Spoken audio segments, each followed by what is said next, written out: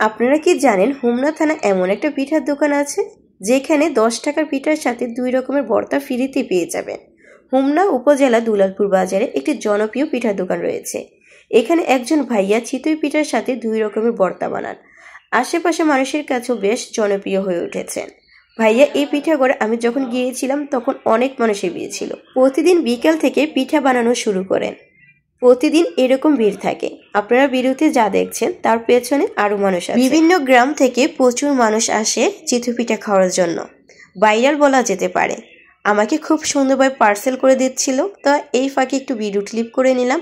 চাইলে আপনারা খেয়ে আসতে পারেন হোমনা উপজেলা দুলালপুর বাজারে। আমি অনেকগুলো পিঠা অর্ডার করেছিলাম, আমাকে খুব সুন্দরভাবে পার্সেল করে দিচ্ছিল, তাই একটু ভিডিও ক্লিপ করে নিলাম। আর 2 রকমের ভর্তা কিন্তু ফ্রি থাকছে, আনলিমিটেড খেয়ে নিতে পারবেন। চারপাশে দেখতেছি অনেক মানুষই দাঁড়িয়ে আছে ভাইয়ের হাতে স্পেশাল চিতই পিঠা নেওয়ার জন্য। সাথে 2 রকমের ভর্তা কিন্তু ফ্রি থাকতেছে। ভর্তা ছিল পেঁয়াজ দিয়ে শুটকি দিয়ে ভুনা ছিল। 2 রকমের ভর্তাই খুব মজার ছিল।